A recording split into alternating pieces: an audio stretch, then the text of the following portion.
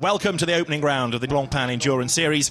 David Addison and Hayley Coxon here for this 3-hour race. It's a mouth-watering grid, and it promises to be a very dramatic race as well, because it's a tremendous entry. We have an enormous grid, as I say, with a whole host of newcomers, new teams, new cars. For this weekend, we have got 9 different brands represented on the grid.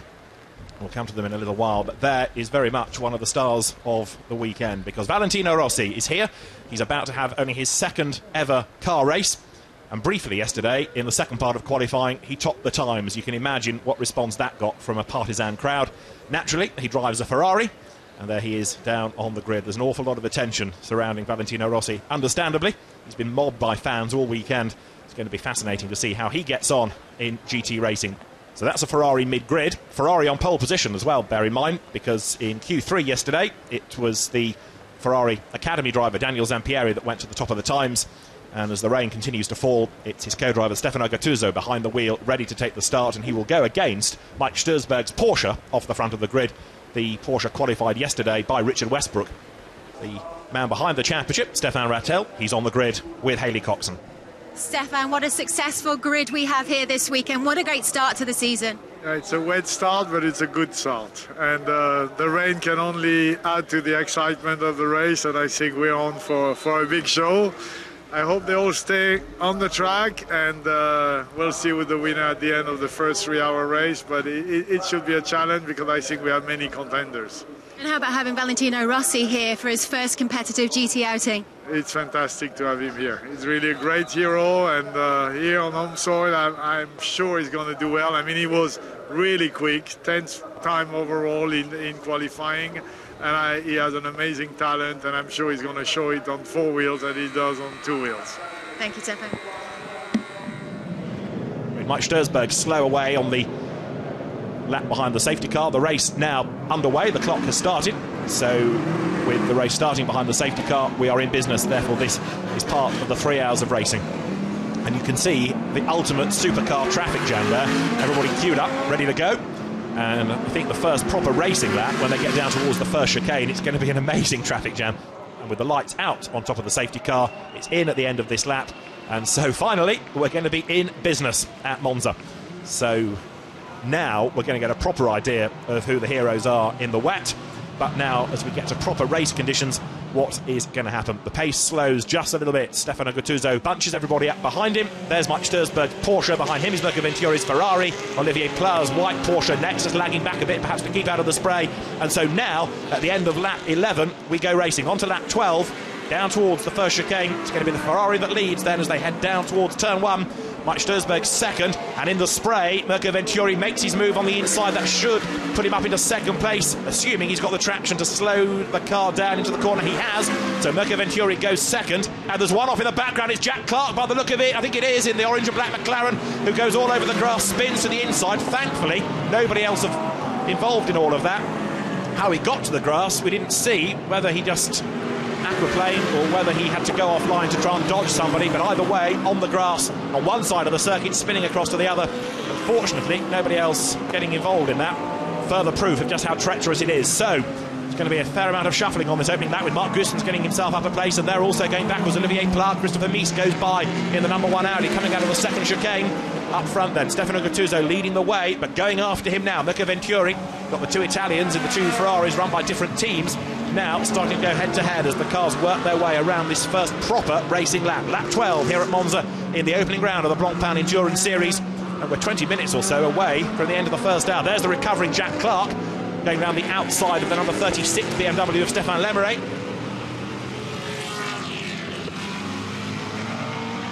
For the quick drivers trying to work their way through the order, this is very, very difficult indeed. The gap, though, between the top 2 is nothing at all. Mirko Venturi, I think, may well lead by the end of the lap, but Mark Gustens is going great guns, isn't he, in third place in the Pro Speed Porsche. He has made progress on this first lap. He's almost up with the Ferraris ahead of him. Mike Stursberg is there 4th, Christopher Mies is 5th, Olivier Plas in 6th, Petrobelli is next up. Then you've got Carl Wendlinger going through, and Valentino Rossi is hanging on in there. Not yet coming under too much pressure as Venturi tries to go for the lead down towards the Parabolica. He looks to the outside there. Is that going to work for the Black Bull Swiss racing team? Not there, it's not. much quicker through the corner, goes right to the outside of the circuit looking for a bit more grip, and he's found it. He's going to come out alongside, look for the race lead, and a superb move by Mirko Venturi right round the outside in awful conditions at the Parabolica. He leads at the end of the lap then, so Venturi it is, ahead of Stefano Gattuso. Now can he break away? Mark Goossens is third as they come down towards turn one. Gattuso tries to fight back, look in the brighter red Ferrari, goes to the inside line, thinks better of it, slots back in. Venturi brakes as late as he dares in these conditions and turns his way through the chicane. Goossens up with them third. Sturzberg doing a great job hanging on to fourth ahead of Christopher Mies in the Audi. Then you've got Olivier Pla, Petrobelli, and behind them in number 13 is the Mercedes. Carl Wendlinger nominated as the start driver, the timing screen suggesting it's Anthony Kumpen. So question mark over number 13 therefore, but the car is going well in 8th place nonetheless. In 9th is Patrice Guillard, and that I'm afraid is another McLaren in strife. It's one of the Gulf Racing cars that's in the wall. We're on lap number 14 then now here at Monza, this opening round of the championship, and Mirko Venturi leading the way. Last time through, Mark Goossens' Porsche lapped quicker, and there you can see Olivier Pla coming under pressure. The Wendlinger Kumpen Mercedes right on the tail. Koen Wout is the third driver of that car. It's about to make a move to the inside. Sturzberg holding them up a little bit now. Olivier Pla is trying to find a way through on the inside. But to no avail. Sturzberg then hangs on to the place.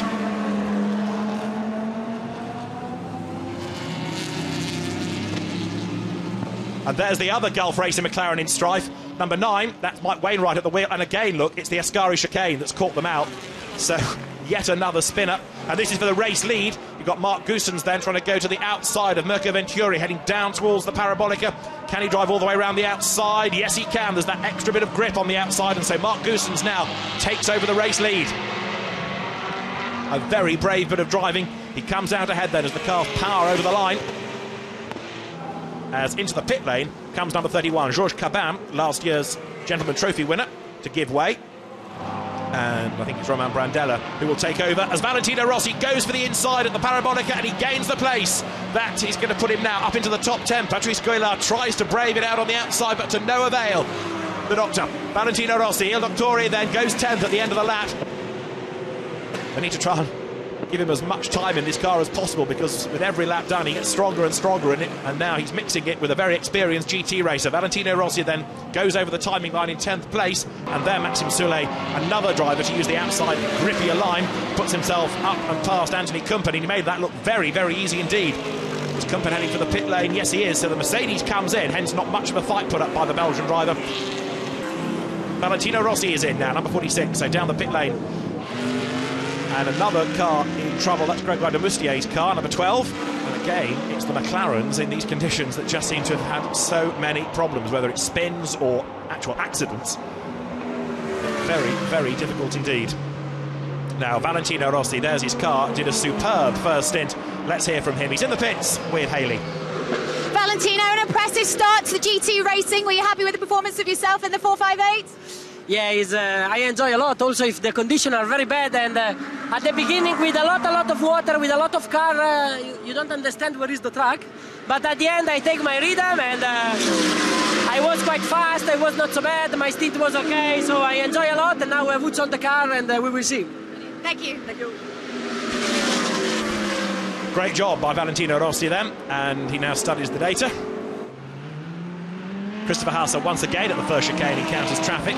Last time he was a second and a half quicker than Xavier Marsan, so the gap continues to come down between them. Another flash of the headlights from number 1 to say, look, I'm coming through, get out of the way. And how's Bas Linders getting on? He's still 6th, and he's running at the same kind of pace as Davide Rigon ahead of him.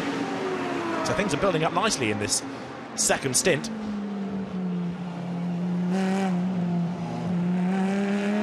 There is car 1.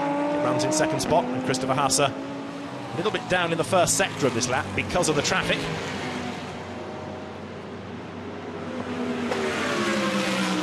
We saw 64 Tommaso Maino a moment ago, and he is the man being caught by Davide Rigon. There he is, Tommaso Maino,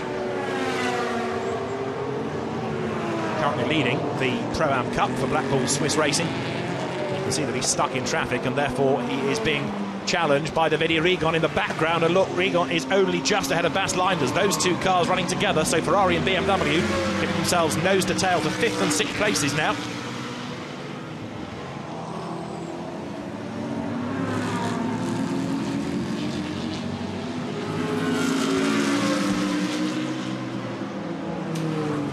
behind them is a very rapid Ferrari, lower down the order, number 20. It's still being shown as Patrice Gouillard, but it's just done its best lap time of the race, which makes one think that it's Ludovic Badet now that's got behind the wheel of that, and that car is becoming more of a factor as well. So down towards the Variante Ascari, there is Davide Rigon, Bas Linders right up behind him. This is the battle now for 5th and 6th places, Ferrari and BMW. And the Mark VDS Racing Z4 that was nowhere really in the first stint as Marcus Palton has struggled, the Finn, experienced driver, but it's not as quick as Bas Linders nor Maxime Martin. Now the car, looking totally different, is going much quicker, and there is Maxime Martin, who will do the last stint of the car, and as we saw last year at Manicourt and again at Silverstone, he really is a star driver these days. So number 3 BMW, one to watch, and look, Bas Linders goes to the outside where there's a bit more grip. He's trying to get around the traffic as well as get past Davide Rigon. Rigon gets blocked in, and so through the traffic and up one place overall goes Bas Linders. Great move, that really opportunistic, and it pays off. Bas Linders treating that car like it were a back marker. It isn't, it's a proper battle this. For 4th place to the inside goes Bas Linders. He should be able to go through here as they come into the first of the Lesmo corners, and he does go through. Can Davide Rigon follow suit? No, he was a little bit more cautious there, Davide Rigon. And let's have a look at what happened. There's the Mark VDS Racing BMW, car 4, diving past. And Salucci sees a gap and tries to go for it, but I don't think that was really ever on, was it? All that happens as he turns around the Lamborghini, pitches himself off the road. Down towards the first chicane. Very difficult for the quick cars this to try and work their way through traffic.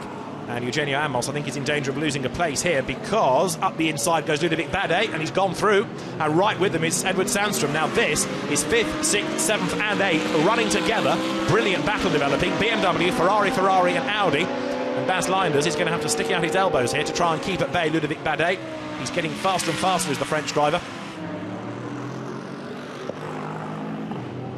Is Bas Linders going to lose another place here because as they dive down towards the chicane, Audi goes up alongside? Yes, indeed. Edward Sandstrom goes through. Big round of applause from the Belgian Audi Club, Team WRT for that one. So 2 places gained in a straight. The order is Marston ahead of Hasser, ahead of Wouters. 4th is Rigon. Then it's all changed because up to 5th place now goes Badet, up to 6th goes Edward Sandstrom, and down to 7th is Bas Linders. The BMW, remember a few laps ago, was looking strong and was coming into its own. Now it has been dumped back down the field. Not great news at all for the Belgian team. They weren't expecting miracles here because of the relative lack of pace of that car, but even so, frustration that they're not going any better.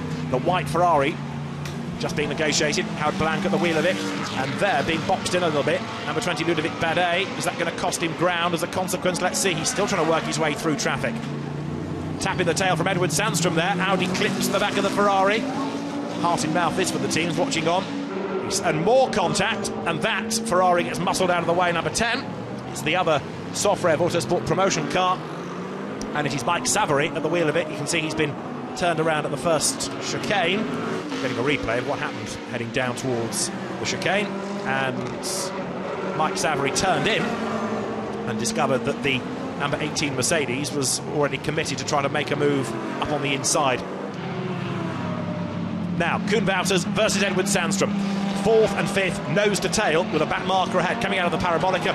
And Sandstrom has looked so good here in the past. Look, he virtually glances off the side of the Mercedes, charges through on the inside. Into the pit lane comes the Merc, and the Audi just storms through. Up into 4th place, Edward Sandstrom doing a great job in this stint, working his way up the order. As the number 13 Mercedes completes its pit stop. And the car's up now. Slides its way back towards the fast lane of the pits and then to rejoin. Let's see how many places the car will lose as a consequence of that. There goes Martin. It's a fantastic noise, that BMW, especially when he's given lots of welly like that. So down the pit lane goes the young Belgian driver. And as the Porsche comes out of the Parabolica, it takes a tighter line that means it's heading for pit in. And so at the end of lap 50, the car comes in with just over 58 minutes to go. Mark Henrici will be installed behind the wheel to bring it home. So Henrici versus Ortelli. Now, when does number 1 Audi come in? Would it be this time? Are they going to be in sequence together? Porsche in, team goes to work. Out hops Xavier Marson, in gets Mark Henrici. And there is number 2, Edward Sandstrom. Number 1 goes by, so neither of them come in this time. In other words, it's going to be an Audi 1-2 on the track. but they've yet to make the pit stop. So what we need to see is when those cars come in, are they going to be staggered in terms of laps, or will they bring them in at the same time? Staggering makes more sense, but can they rejoin ahead of the Porsche? So now pressure is on for number 1, Christopher Hauser, to do some qualifying tight laps in order to try and get himself either into the lead for the next round of stops, in other words, to rejoin in the lead, or indeed to at least reduce the gap to the 75 Porsche. So as I say, he's got to go now like a qualifying lap and either narrow the gap or indeed get himself ahead on corrected time. 75 is dropped down, but the car loses the lead while it's in the pits like this. Mark Henrici fires it up and away he goes. So another lap ticked off for Christopher Hauser. He will carry on, but it looks like number 2 is expected in. So does Edward Sandstrom come in this time? They peer, they wait. Yes, he does. He's got that tighter line. Look, coming out of the Parabolica. Comes in now, gets the car slowed down for the pit lane speed limit. 60k mark. Over the white line he comes. So Edward Sandstrom pits from 3rd after a really impressive stint, got to be said. And to sprint around the car, and hopping into it will be Laurens Vanthoor for the last stint, winner in GT1 at Nogaro. So at the moment, the race order is number 1, Christopher Hauser, ahead of number 20, Ludovic Badet. Where does the 75 Porsche feed in at the end of the lap? Number 71, which is Daniel Zampieri at the wheel, 14th he is, having taken over the car, 7th in his class, and just working his way there past the Mercedes, which now has Raf Vanthoor at the wheel. And now, having put the fuel on the new driver into number 2, time to change the tyres. What have we got left in terms of time? Just under 55 minutes, therefore.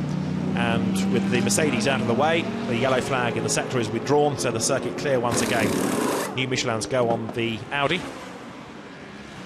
So we'll have a look at the order once this round of pit stops is finished and things start to take shape. Another car that's creeping into the picture for a good overall result is the Ecuria Cos BMW that Joe Twyman has just taken over.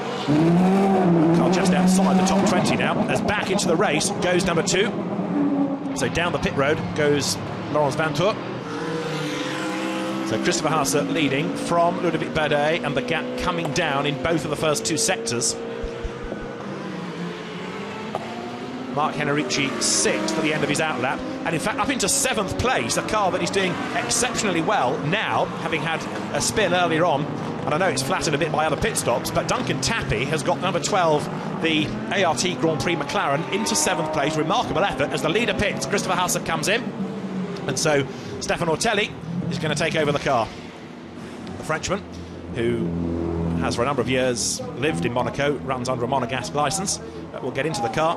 Stefan, former Le Mans winner, won that for Porsche in 1998, won the Spa 24 Hours in what was then NGT, beat the main class of car in 2003 in a very wet race, and so it's going to be this man, Mark Henrici, versus Stefan Ortelli, I think, for the race win, although don't discount the number 2 Audi, because Laurens Vanthoor, who co-drives with Stefan in GT1, is going to be in that battle as well. Can the Audi rejoin before that Porsche gets across the line? Fuel has gone in, now they've got to change tyres. They've got about a third of a lap in which to do it, but then it's quite a long drive back down the pit lane, so I think the Porsche will still keep the advantage, but then we need to see what a flying lap time is like from Stefan Ortelli relative to a Mark Henrici flying lap, and do the sums. Into the Parabolica comes the Porsche. This the end of lap number 52 for Mark Henrici. Car running in the Pro class, the Pro Cup, as is this Audi, which has got a sticking wheel. Oh dear, this is going to cost them time, and so they've got a problem. They can't get the wheel off. The new tyre is there, but the old one is stuck. The old wheel is stuck, and they can't get the wheel off, and so that is going to ruin the chances of this Audi for success. Over the line then will go Mark Henrici. It's gone by. Ludovic Badet leads the way now. They're going to try again to get this wheel off, and finally it comes, but that has cost them chunks of time. The Audi of what is now Laurens Vanthoor, therefore, leaps ahead of its teammate with a much faster pit stop. So Stefan Ortelli not only doesn't get out ahead of the Porsche, which we weren't expecting, he falls way down the order, because you've got other quick cars pouring through, including number 3 Maxime Martin's BMW. So we'll need to see at the end of the next lap exactly where the car feeds in, but inevitably it lost, what, an extra 20 seconds or so. Stefan Ortelli a long way now out of contention for a race win. He needs a safety car to get him back into the hunt. It may not be coming for him. Now Edward Sandstrom, having done an excellent job in Audi number 2, has brought it into the hunt. Let's hear from him now. Edward, that was a mega stint. You put the car in contention. You must be happy with that. Yeah, absolutely. It was the first time for me in the WRT Audi in rain, and it was wonderful. The car was so good, and the tires worked perfect. And I had some issues with traffic sometimes, but apart from that, I'm so happy. I'm very pleased. Is that it for the pit stops now? Is it likely you're going to have to go for one more, or can you just stick with the 2? I definitely hope we can stick with this one and go to the end now. That's the plan for sure. Thank you.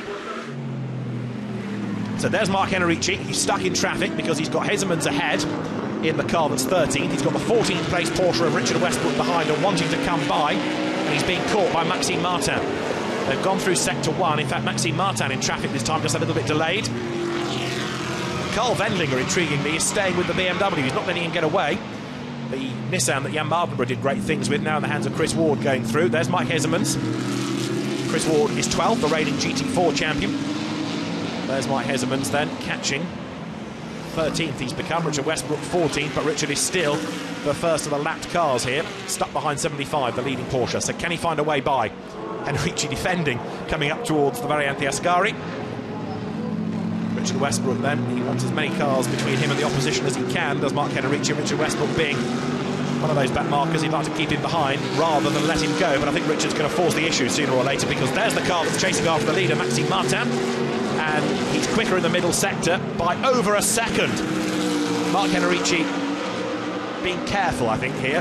He's not exactly slow, but he is being cautious, having taken over the car from Xavier Marson, who brought it in the lead.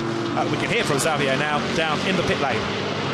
Xavier, you were certainly on the pace when you were in the Porsche. Is the Porsche losing the pace now on track? Well, I don't think it's losing any pace. Marc's in the car now, and I think Martin is one of the quickest drivers around with the BMW and the VDS, and he's pushing quite hard, so it'll be a tight finish. So we hope, we cross our fingers. Thank you. Well, the gap is down to 6.8 seconds. Of course, Henrici busy trying to defend from Richard Westbrook, who you can see has unlapped himself now. And behind them also is Gregoire de Moustier in the McLaren that he's taken over again from Duncan Tappy. So Marc Henrici is being passed by cars unlapping themselves. So yes, Maxime Martin is one of the quickest drivers. Xavier Martin is right to say that, but Marc Henrici is not really doing the lap times they need from him. So he's not doing a bad job, but he's not fast enough at the moment, and it's going to be 3 laps, maybe 4, before he's got Maxime Martin right up with him. Can he defend? But certainly at the moment, you put your money on the BMW. There is Maxime Martin. He's doing a superb job, and he's brought the car very much into contention. He's 6 seconds back. He's quicker by a full second, give or take, in the first sector alone. So the gap is just coming down and down and down, and with over half an hour to go, he's going to get there, isn't he, before the end, barring a disaster. So Marc Henrici needs to up his pace here. The Pro Speed team needs to be on the radio to him, saying go faster, go faster. Yes, he's got all these back markers around him, but really he should be pulling away from them. They are, in theory, slower cars. That's why they're lapped. What is happening is they're unlapping themselves. Now let's hear from Bas Leinders, because he did the middle stint in number 3, and his car could yet be a race winner.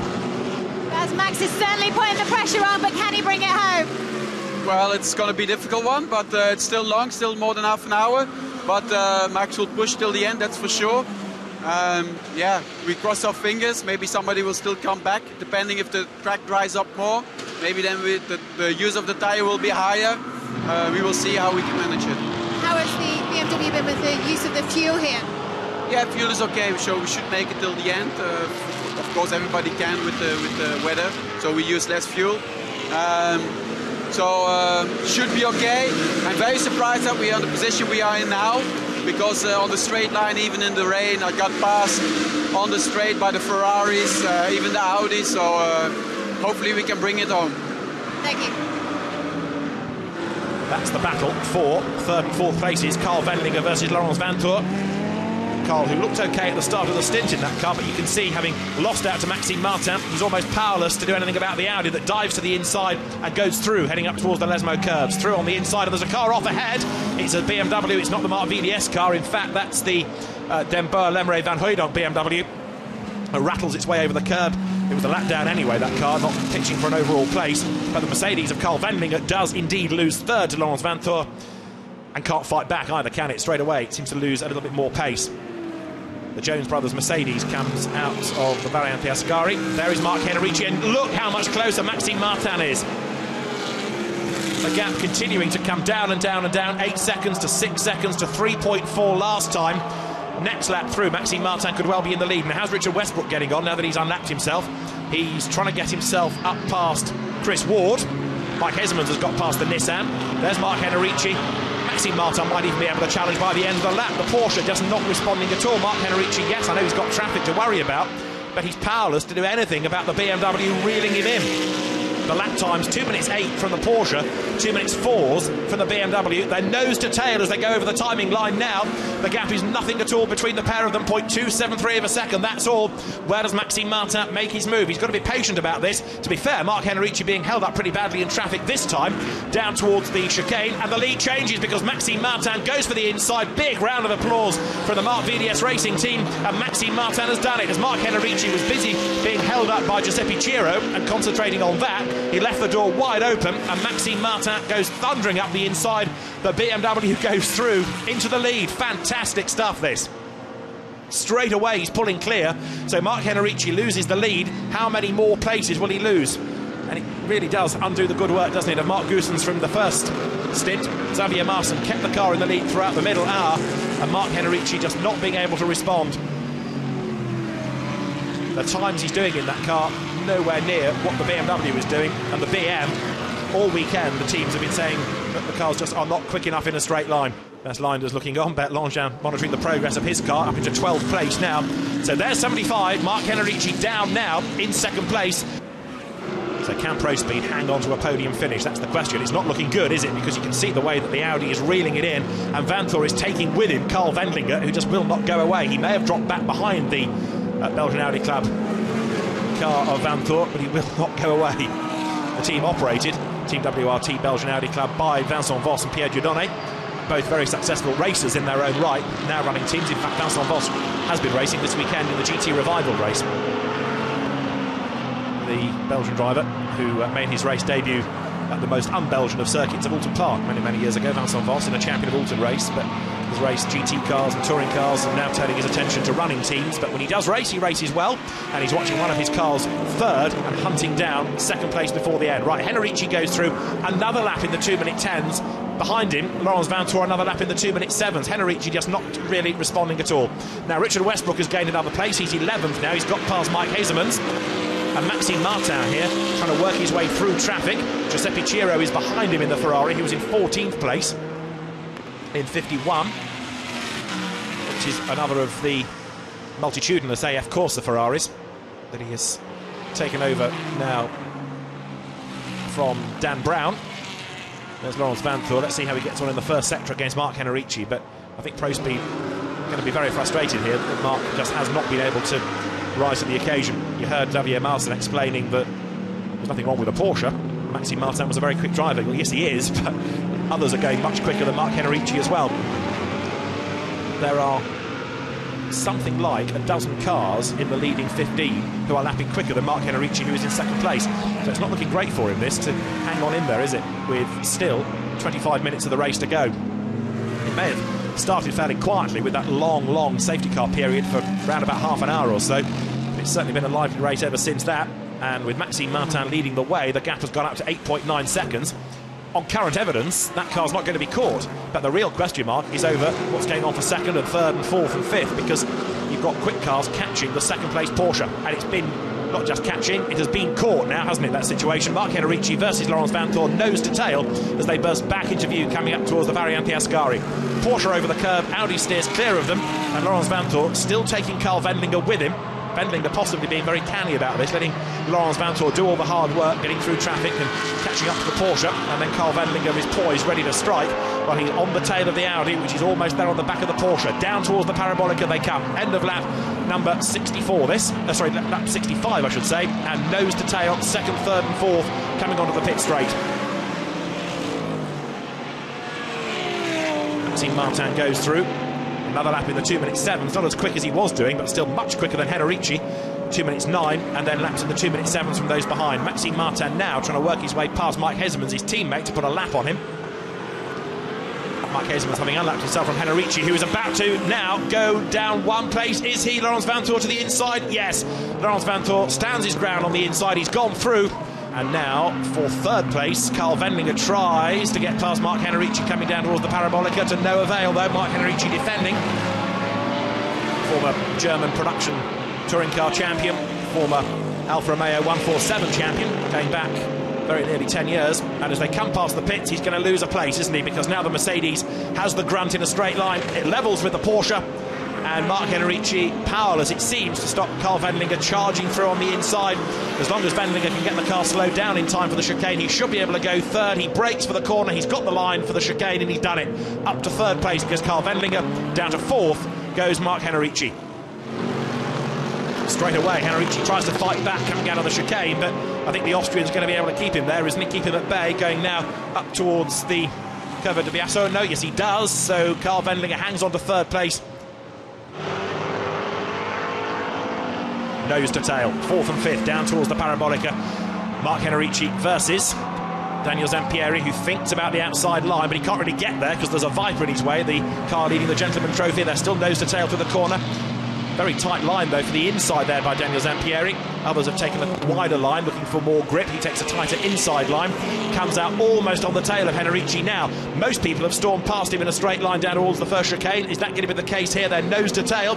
And trying to get a toe possibly now is Zampieri. Does he go to the outside? He thinks about it. Mark Henrici trying to defend as best he can. They're not quite going to overlap into the braking area, are they? Although to the outside line goes the Ferrari. Mark Henrici just hangs onto the place for fourth, nose to tail out of the chicane. 13.5 minutes are on the clock. And the Pro Speed Porsche somehow hangs on to fourth place. Mark Henrici now making the car a little bit wider, but he just has not got the speed, seemingly, of those around him. Those that have got past are pulling away, and Zampieri, now that he's stuck behind the Porsche, his lap times have gone up. He just cannot find a way by, so therefore he is losing out relative to those that have got past Henrici and who he would like to be going after, but he still can't find a way through. He's been stuck there for at least a lap. Gets a very good exit from the chicane. Now the move comes. He goes to the inside up towards the Lesmo curve. He should be able to go through on the inside. He's got the line. He's got the place as well. Daniel Zampieri then up to fourth spot. Trying to fight back on the outside is Mark Henrici, but the Ferrari stays ahead as they come out of the corner. Ahead of them on the road, you've got Chris Ward's Nissan. That's going to be lapped by the Ferrari that bounces over the curve there. And Mark Henrici kind of spurred into action here, trying to come back at Zampieri. But I think once he's got into a rhythm now, having gained that place, Zampieri should pull away. Another place lost then for Pro Speed. After all of the good work by Goossens and Marson earlier on.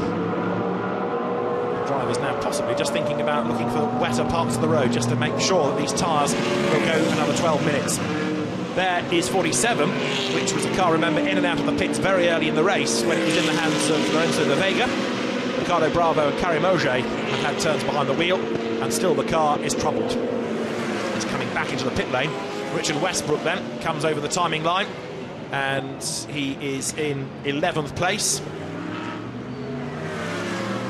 Down towards the chicane, ahead of him on the road, look, is the race-leading Mark VDS BMW. In other words, Richards dropped back a lap. He had unlapped himself earlier. He's now got a lap down once more as Maxime Martin continues to thunder on in the lead. 15 seconds clear. Behind, Laurens Vanthoor versus Anthony Kumpen. The gap is down to 2.2 seconds. 11.5 minutes to go. Fourth is Zampieri. Fifth is Mark Henrici. And then Stefano Ortelli, after his stuck wheel earlier on, a rather distant sixth at the moment. Still seventh, and leading the Pro-Am Cup is 57, which is the car of Eugenio Amos, Giacomo Petrobelli and Alessandro Bonaccini. And in the Gentleman Trophy, it is now in fact 73, a new leader in the class, because the Viper has dropped back behind Beniamino Caccia. So Gael Lesoudier dropping to second in the Gentleman Trophy, a change to the lead of the class. Those two cars currently running in 37th and 38th places. You're looking, however, at the car that is third. It is, as we've now had confirmation, having seen Carl Wendlinger, his work done, Anthony Kumpen at the wheel, and he is still lapping quicker than the Audi ahead of him. So Kumpen now, who was 2.2 seconds back going onto this lap, losing out fractionally in the first sector. Laurens Vanthoor then still is second. We've got 10.5 minutes to go. There in 46 Porsche, Valentino Rossi. Porsche, Ferrari I mean. And the car is 25th. And after his great first stint, I think, to be fair, Valentino here has been dealt a bad hand by his co-driver, getting involved in silly incidents, even though Alessio Sallucci has done more racing than Valentino has. But the number 46 Ferrari, run by Kessel Racing, comes down towards the first chicane, and the next target for him is 37, which is the DB Motorsport BMW in the hands now of Andrew Danilou, and the gap between the two of them coming down all the while. Valentino Rossi doing well here. Track conditions now rather better than at the start. There's rather less spray around, things are a little bit drier, or at least less wet, and maybe he's going to have a chance of gaining ground before the end. Whether he's going to be able to do any more Blancpain Endurance Series rounds remains to be seen. It all depends on his two-wheel commitments, but again, it's a rather trying time he's having this year with Ducati. Winless last year, and perhaps if things don't improve and he enjoys himself in these sorts of cars, we could see a lot more of Valentino. Gets all crossed up, coming through the corner, trying to work his way past the back-marking BMW there. Look, number 70, which is the target, the Phil Bastian's, Roger Grauwels, Niels Bauhaus car. Gets out of the way, and Valentino Rossi should be able to nip past him, which he does in a straight line. He's got one of the United Autosports cars ahead as well, the Patterson Brown Blundell McLaren. So we're into the last 9 minutes of round one of the Blancpain Endurance Series at Monza. We have a BMW leading by 15 seconds. We have Audi second and Mercedes third, and the gap between them is round about 2 seconds. It will take a tenth, depending on which sector you look at. Valentino Rossi, in the meantime, in the Kessel Racing Ferrari, 25th, lapping quicker than the two ahead of him.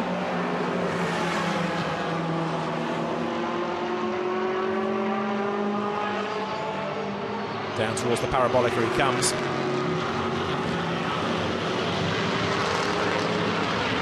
Valentino, who before he went into motorbike racing was very quick in karts.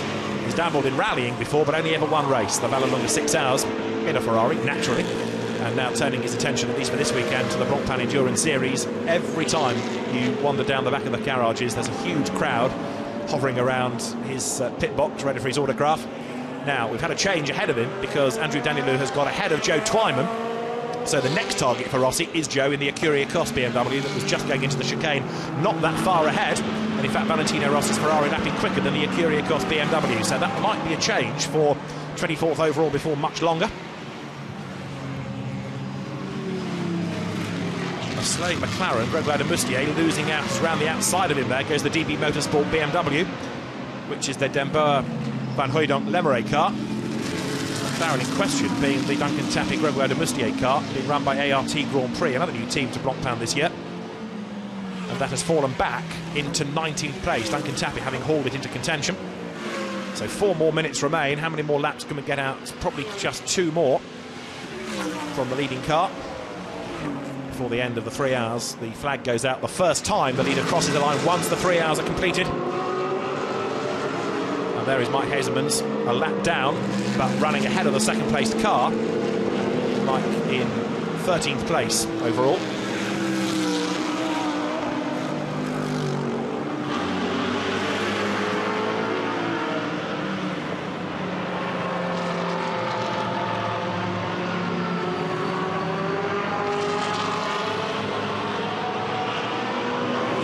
Vantor sets up the car for the parabolica. There is the man that's chasing him, Anthony Kumpen. And on this lap, of course, the Audi losing time, being stuck behind the BMW.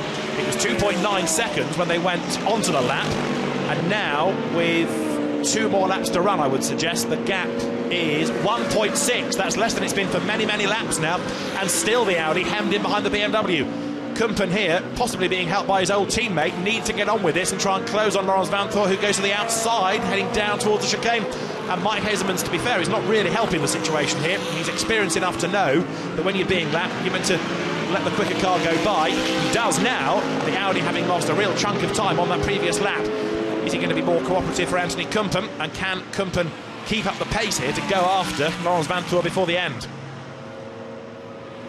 1.6 seconds between them. Maxime Martin well clear in the lead of the race now. Just over 2.5 minutes of the race remain. This lap and 1 more, given the lap times of the cars at the moment. The last lap for Maxime Martin at 2 minutes 5. The white flag ahead to warn them of a very, very slow car, and it's a Ferrari by the look of it limping on. try and identify that in a moment when it goes past the camera. A sideways Kumpen, but the road has dried, thankfully, over the course of this last hour. The amount of standing water pretty much gone. The spray virtually is gone as well. And so it's a greasy track, a slippery track, yes, but nothing like as bad as the drivers had to contend with in the opening stint. Valentino Rossi has got himself past the Ecurie Ecos BMW now, and that puts Valentino up into 24th place overall. 24th for El Dottore. Maxime Martin is about to come through to start the last lap of the opening round of this year's Blancpain Endurance Series. The slow Ferrari, incidentally, was number 51, and that means that it's the Giuseppe Ciro, Gaetano Ardagna, Dan Brown Ferrari limping round, and hopefully it can just make it to the checkered flag. Leader onto his last lap then. Maxime Martin for the Marc VDS Racing Team leads the way. He's got to be careful in traffic on this last lap, but Maxime Martin is experienced enough to know exactly what to do. He won't have to push too hard because he's got a good advantage in hand now over the second placed Audi of Laurens Vanthoor.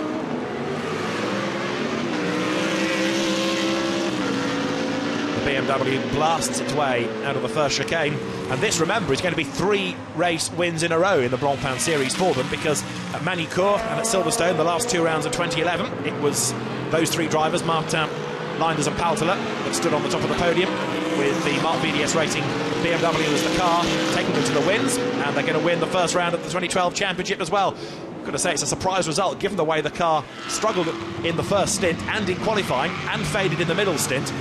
Some good pit stop work, troubles for others, and a great last stint being done by Maxime Martin propels the car up the order. A 3rd win in a row, effectively, and a perfect way to start this year's championship. The BMW, with half a lap to go, comes then now in traffic, up behind the Santilot Racing Audi. Pierre Hershey at the wheel. Pierre Hershey, experienced driver. His son Jonathan we've seen racing in GT1 and GT3 and in the Blancpain Endurance Series as well. And his car will keep out of the way, will it? Yes, it will.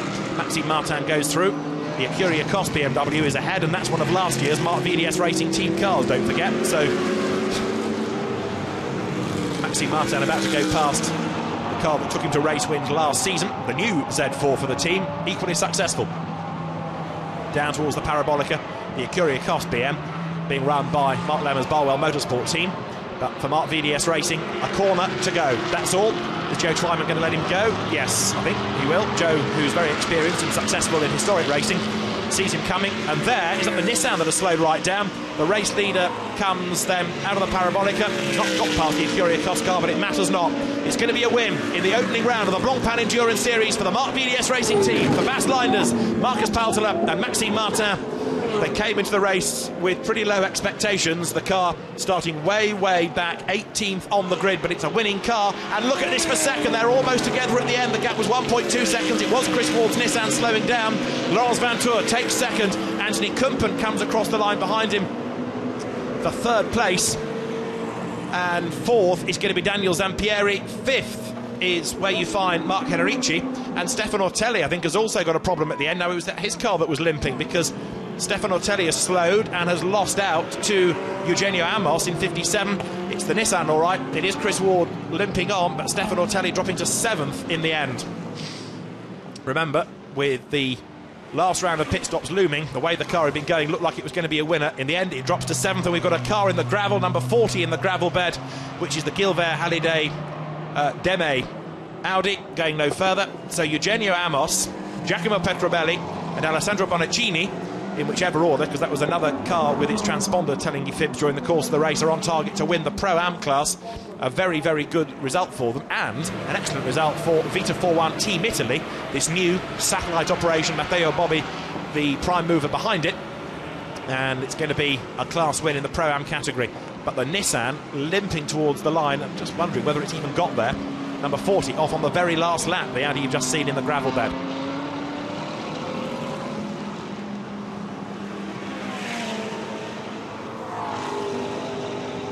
So 57, Eugenio Amos comes up across the line then to score victory in the Pro-Am class, and in doing so will be ahead of Jean-Luc Bobelic, and 3rd in the class is going to be the Richard Westbrook, Hans-Guido Riegel, Mike Sturzberg Porsche. Valentino Rossi, in the meantime, about to come across the timing line, the end of his 1st race in the Blancpain Endurance Series. and as he comes over the line, 18th overall is where he is in the end. So there's Maxime Martin in the pit lane with Haley. Congratulations, Max. What a performance. You were obviously continuing the success you had at the end of last year and bringing it with you to 2012. Yeah, it's perfect for us. It's a great start. And yeah, I hope it will continue. Here the weather's quite good for us, so the rain, so it's perfect. Thank you. So there, a very, very happy Maxime Martin as he goes to celebrate with the engineers. So next stop, Silverstone for the Blancpain Endurance Series, and that's a circuit that would suit the BMW, in fact, more than Monza, according to the team. So the opposition's probably a little bit fearful already. Let's go back down to the pit lane once again and hear from second and third place teams. They're with Haley. Lawrence, congratulations. You're certainly having great successes. You had great time last week when you begun your career in the GT1 World Championship, and now you're making your mark on the Blancpain Endurance Series. Yeah, it's a great result for the team. Yesterday I was very sorry for all of them because I crashed the car in Q2, so it was really, really bad. And I think this is a very good result. Second place after starting on P37. So it was a hard stint, but yeah, we did our best. We worked good, and we P2, so I think we have to be very happy. Anthony, congratulations. How were the conditions out there for you today? Well, it was very tough, and we don't have any experience with the car in the rain, so we just drove in a dry setup. We felt it was going to be difficult, but in the end on the podium it's not bad for a start. Thank you, Anthony. Powertiller Linders and Martin that wins round one of the Blancpain Endurance Series. Sandstrom, Vanthor and Bononomi second, and then third, you've just seen Anthony Kumpen, joined by Koen Wouters and Carl Wendlinger. Fourth across the line, the Castle Racing Ferrari that started on pole position. The car of Daniel Zampieri, Davide Rigon and Stefano Gattuso. And fifth, the car that led the first couple of hours effectively of the race, Mark Henrici, Xavier Marston and Mark Goossens just falling away with Henrici behind the wheel at the end. To win Pro-Am, Amos, Petrovelli and Bonaccini 6th. 7th overall, Hasse, Mies and Ortelli after the stuck wheel. 8th and 2nd in class, Bobelik, Guélard and Bade. 9th, 3rd in Pro-Am, Richard Westbrook, Mike Stursberg and Hans-Guido Riegel. To round out the top 10, Paul van Splinteren, Maxime Soulet and Dylan Derdala. Ahead of Bert Langin, Henri Moser and Mike Hazemans. And 12th for a similar car, but from Vita 4-1, reigning champion Greg Franchi, Frank Kekler and Jelmer Berman. So the reigning champion only 12th ahead of Henri Acide, Roland Beville and Anthony Beltoise. After a spin, Duncan Cameron 14th with Matt Griffin. 15th goes to Olivier Pla, Philippe Gache and Eric Clement. I can't remember that ran well early on ahead of Gregoire de Moustier and Duncan Tappy in the best of the McLaren's home. 17th to Homerson, Machiels and Andrea Bertolini, who never really sparkled in his stint. 18th, Valentino Rossi and Alessio Salucci, ahead of Jeroen den Boer, Stefan Lemre and Jeffrey Van Hooydonk. And 20th to the sister car of Simon Canap, Andrew Danilou and Jochen Havertz. Ecuria Cost 21st, Joe Twyman, Andrew Smith and Ollie Milroy, ahead of Mirko Venturi, Tommaso Maino and Andrea Invenizzi, a car that faded away at the end. 23rd, Greg Gilbert, David Alliday and Jerome Deme, ahead of Dan Brown, Gaetano Ardagna and Giuseppe Ciro in their AF Corsa Ferrari. 2 laps down, 25th, Christian Kelders and Vincent Rademacher's Porsche. Behind them, David Touchepont, Eric Dermont and Antoine Leclerc in a car that kept drawing attention to itself by not being helpful in traffic. Dennis Retter's opening stint comes to naught, 27th with Raf Van Thor and Marius Ritschkes. Xavier Pompidou 28th with Jean-Claude Lanier and Gabriel Avagel. Max Savry's spin puts him 29th with Gabriel Balthazar and Jerome Policon. The Jones brothers 30th. The Draper brothers 31st with Stephen Jelly.